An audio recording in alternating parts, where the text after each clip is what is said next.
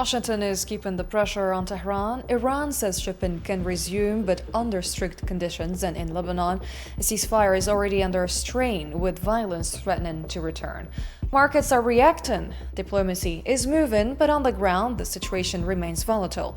So are we really looking at tonight at a genuine step toward de-escalation, or just a pause before the phase or the next phase of the conflict? We answer these questions and many more in just a moment.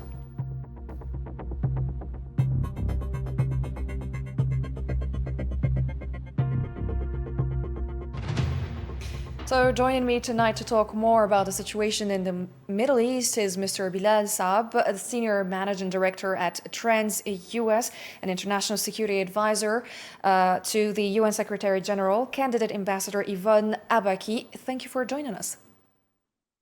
My pleasure. Also with us tonight is Mr. Hamoud Salhi, Associate Dean of International Studies at California University. Thank you for being with us again. You're welcome, Miriam. It's a pleasure to be with you and your host. Always a pleasure. Maybe let's start with the situation in Iran and specifically the reopening of the Strait of Hormuz with you, Mr. Saab. With Iran reopening the strait to commercial shipping while the US is maintaining its blockade, the message today is mixed. So is this a genuine step toward ending the conflict, or are we watching a shift from military confrontation to economic pressure? No, there's no question that there's progress. Obviously, it is not conclusive. I think there's still plenty of questions to figure out. The Iranians have opened the strait, but that doesn't mean that the strait is actually free, in the sense that they're still actually considering tolling. And they control the strait, which we knew all along. I mean, this was by default just because of geography, right? But now it seems that the Americans, whether they like it or not, have actually accepted the Iranian control over the strait de jure, right? So they formally recognized it. The blockade is still there, but boy, there's still plenty of things to discuss, to negotiate, and it doesn't make it easy that the Strait of Hormuz is not really separate from the broader package that is being discussed by the Iranians and the Americans. That includes, one, obviously, the top priority in my mind for the Americans, which is the nuclear material, the highly enriched uranium. And then, of course, the ceasefire in Lebanon and the future of Iran's relationship with problematic regional proxies. So it's important to look at the strait and the future of that very important maritime choke point, but it's hard to assess it in isolation without looking at the other files as well. Mr. Sarhi, so are we looking at a real de-escalation with the reopening of the Strait of Hormuz and the ceasefire, or just a tactical pause before the next phase or whatever is coming next? It's really hard to say, but it's more likely, it can be more likely described as a tactical move rather than a genuine push for peace or a ceasefire. And the problem is not on the Iranian side. The problem is how President Donald Trump thinks and maneuvers, and with the kind of history that we have had with him in the past. You had two rounds of negotiations, or twice. There were negotiations, there was progress, but we ended up in a war situation. What we need to do is look at what's actually happening. So you have, on the one hand, a strong, I guess, move about Lebanon, where he tells Israeli Prime Minister it's enough and we need peace, but that also needs to be questioned later. But then you have, and that will be considered as something that the Iranians would have won, because the Iranians said we will not open Strait of Hormuz if the war is still in Lebanon, Israel continues to attack Lebanon. So that could be in that interpretation. But on the other hand, you still have over 10,000 American soldiers who are in the area. Yes. You have ships, 12 ships at least, who are controlling the sort of the passage in this area, and those are all signs that are questionable. Are they there to deter for deterrence and ensuring the issue? And as Nabil mentioned, the real issues have not been discussed. I mean, and the Iranians have said a couple I mean, just recently, the last few hours, or this within the last 24 hours, that they really don't negotiate through social media, and that for them there is no formal proposal presented to them. So a lot of things are happening on the side. It fits very well with the President Donald Trump approach to this conflict. The problem is which side it's going to go. But I agree with you; it's more tactical than a genuine efforts to establish peace. That's how it looks at this point. It is more tactical than a genuine peace affair. So, Bilal, military operations like surveillance, mine clearing are still ongoing. We heard today that Donald Trump said that all of the mines were cleared in the Strait of Hormuz. So, in practical terms, how open is the Strait of Hormuz today? And are we anywhere near normal maritime traffic? The Iranians are saying that they opened it only to commercial vessels. Yeah, no, the volume in the traffic itself is still minimal. I think that we have yet to see really, back to normal times before this war. And I'm not shocked because there's still a lot of uncertainty in those waters, despite the declarations of President Trump about the mine clearing, about even the Iranians themselves declaring that, they've opened the strait.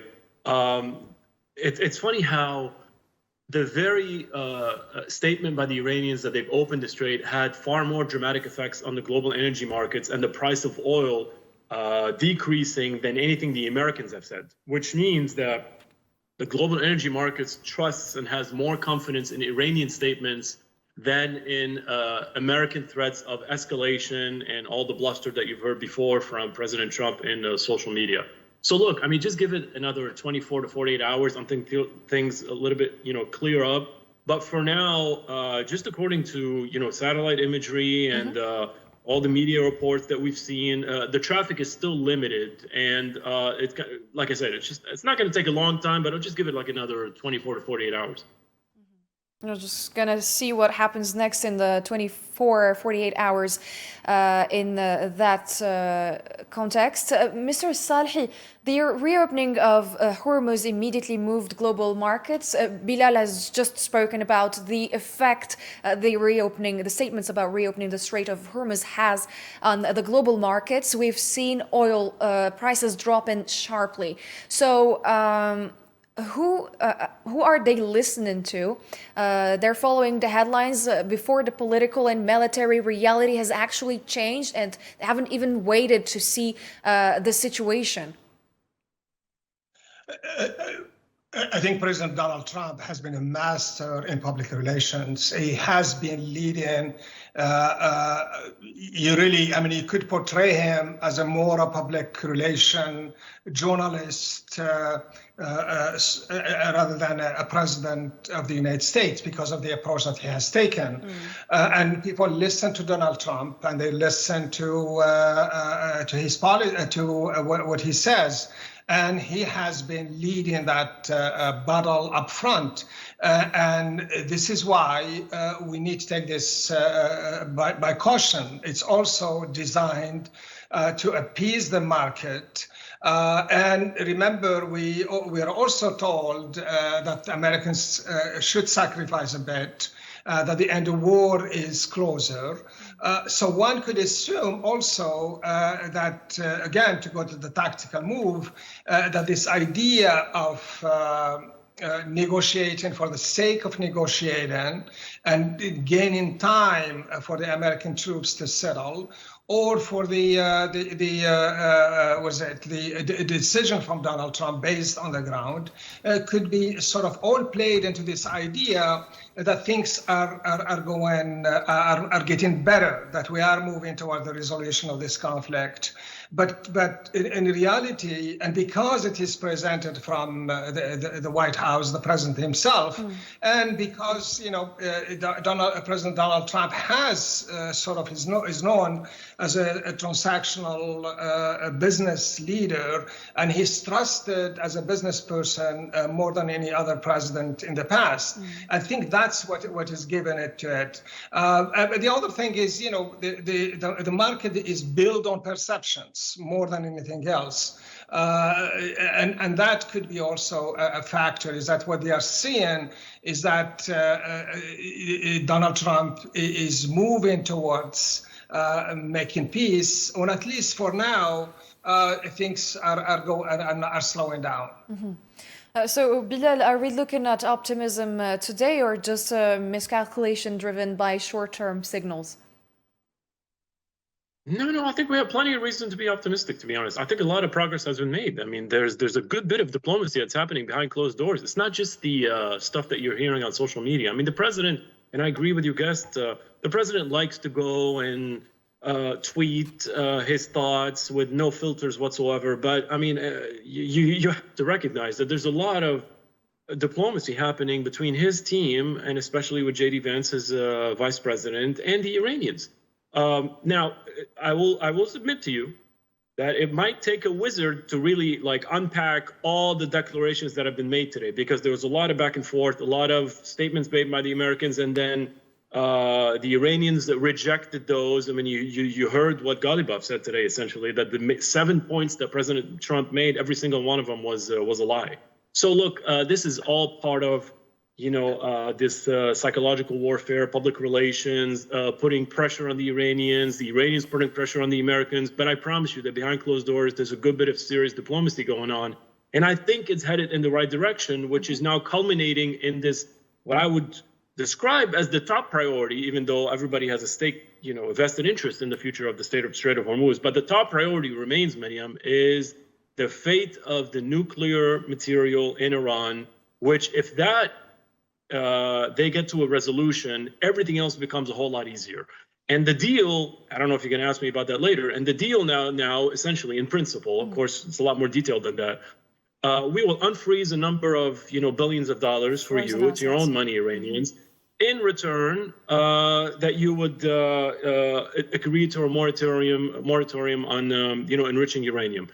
Plenty of details to be hammered out, but that's the core now tenet of the negotiation between the two sides. If they reach an agreement on that, everything else becomes a whole lot easier.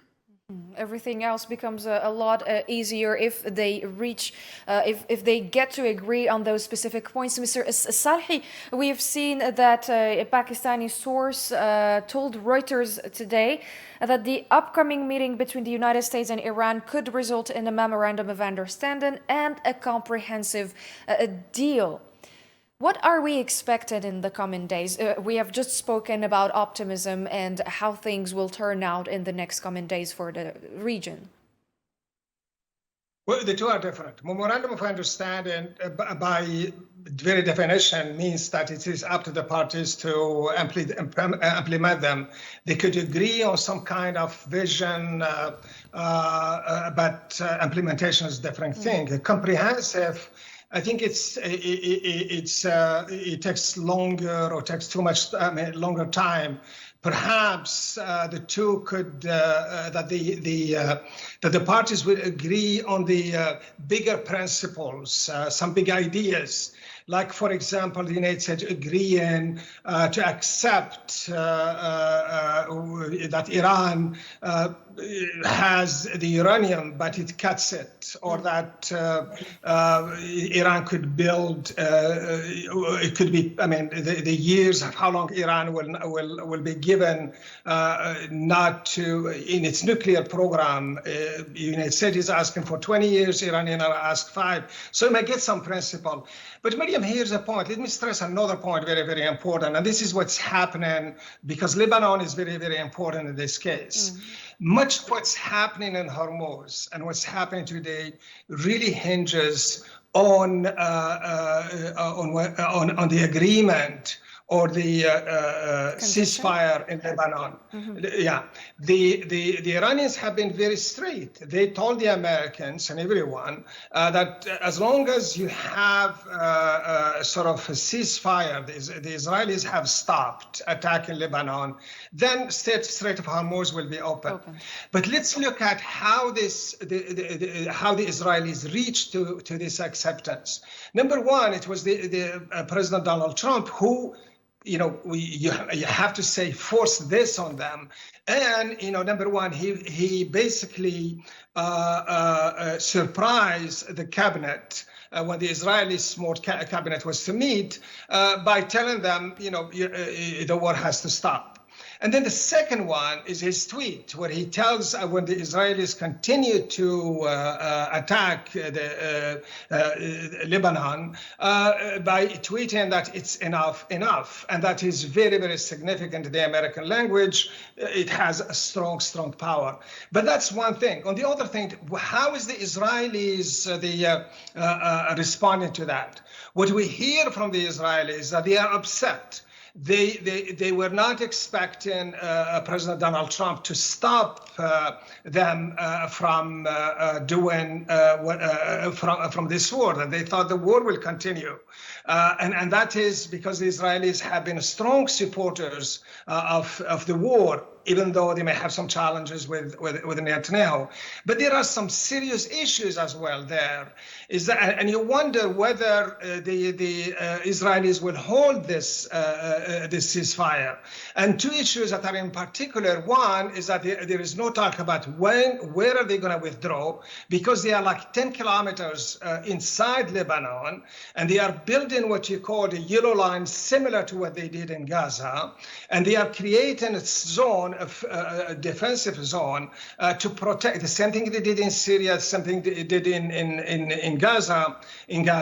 There are no mention in the agreement about the total withdrawal from Lebanon. And more than anything else, the agreement gives a carte blanche to the Israelis to retaliate under any suspicion, any justification. And we all know that that could happen, but could be Israel would never hold this agreement to the letter. They always find justification of how to attack under a label of retaliation. So most of that, to get to the point, most of if there is an agreement, most of that will hinge of what's happening in Lebanon. Of course, we know very well that the Israelis and President Donald Trump has said that the two tracks are different, but not to the Iranians. The Iranians see this, that a stop of war has to be everywhere, not just one place. So this agreement that we are...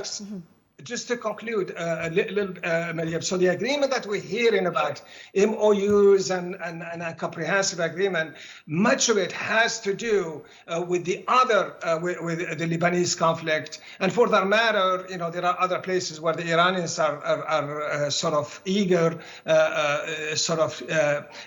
issue of the United States. And these issues are not there anymore, or they are not discussed, but they are real. The Americans insisted, or was part of the agenda, that Iran stop supporting those who support Iran, including Hezbollah, Hamas, and others. And that's a no-no. Those are red lines for the Iranians. So hopefully we'll see something. But the way it looks on the ground, there are huge obstacles to overcome. Still huge obstacles and still big points that they haven't agreed on.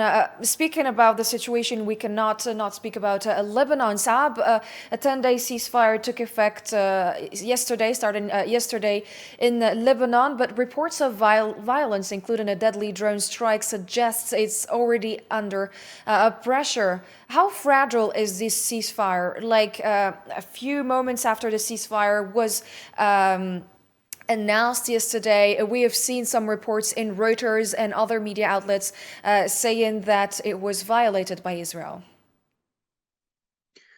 Yeah, a number of points that your guest made about the ceasefire, which I agree with. Obviously, let me just start with the bottom line. It is fragile. It also reflects the balance of power between the two sides. And obviously it tilts heavily in favor of Israel. I mean, I'm a realist at the end of the day, so I got to admit that it's not going to favor the Lebanese.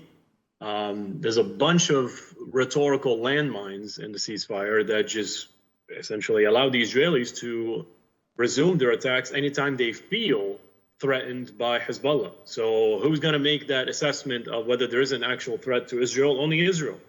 So this could be, this could be really a recipe for the resumption of hostilities between the two. But at the same time, I really don't want to underemphasize the role of the Americans here. And your guest is exactly right. I mean, the fact that President Trump is now involving himself personally in using language like I've never seen before in the history of U.S.-Israeli relations. No commander-in-chief has ever spoken to Israel like this before, prohibiting Israel to violate the ceasefire, even though, factually speaking, they have violated it, but not to the extent of, causing it really to collapse, obviously. I think they're going to spare Beirut. So that's just one assumption that I'm just going to make, and I hope it holds. But the violations that we've seen so far, I hate to admit, in the South, they're not that uncommon with any ceasefire between any two nations, between any two parties. There's always going to be violations at the very beginning, but then hopefully down the road, it solidifies, and you continue to see American commitment to upholding, the pressure that they're exercising against the Israelis. So there are some elements to keep it sort of as standing on its feet, but that doesn't mean that it's not fragile. Obviously, it is very much tied to, once again, a broader resolution that is happening between the Americans and the Iranians, of course, which will spill over into Lebanon. Professor Salhi, so can we say that Lebanon still could become the trigger for a wider regional escalation? Well, yes, of course, and because of the root causes there, and the new facts established on the ground by the Israelis, the policy of occupation, the destructions of life, the same way we've seen it in Gaza. These are all issues that needs to be addressed and establish seeds for future conflict. The other thing is that the Israelis are obsessed with the elimination of Hezbollah or the resistance. Yes. But that is a legitimate struggle, a legitimate movement for liberation. The Lebanese are fighting for their land. And as long as that conception is not understood by the Israelis, we are going to see this conflict.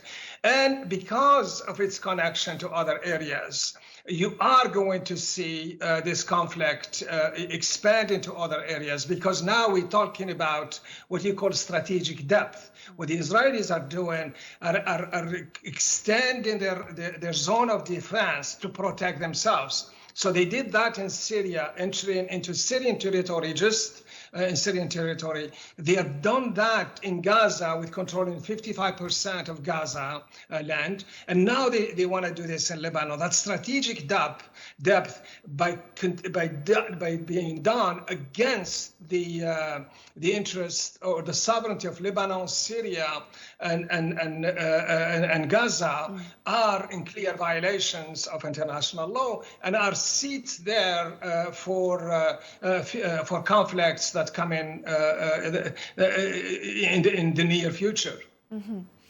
Speaking about this, about Hezbollah, Saab, Israeli leadership has made it clear operations against Hezbollah are not over, and does that make the ceasefire more of a tactical pause or a real political breakthrough? Yeah, I heard what the Israeli Prime Minister said today. He said the job is not finished, but I suspect this is more for domestic political consumption. And he's speaking to his audience, which obviously is a cabinet that is probably the most right-wing in the history of Israel. So he had to say something like that, but he also understands that he is under tremendous pressure from the Trump administration to uphold the ceasefire. Mr. Saab, thank you very much for your time and your intervention. My pleasure. Thank you. You joined us live from Washington, and also Mr. Hamoud Salhi, thank you very much for tonight's discussion. You're welcome, Mariam, and good meeting you, your guest. I forgot his name. Bilal. Bilal. Thank you very much, both of you gentlemen, and thank you, dear viewers, for following tonight's TV show on Al 24 News. I'm Mariam Zian, and this was your Daily Nightly Show.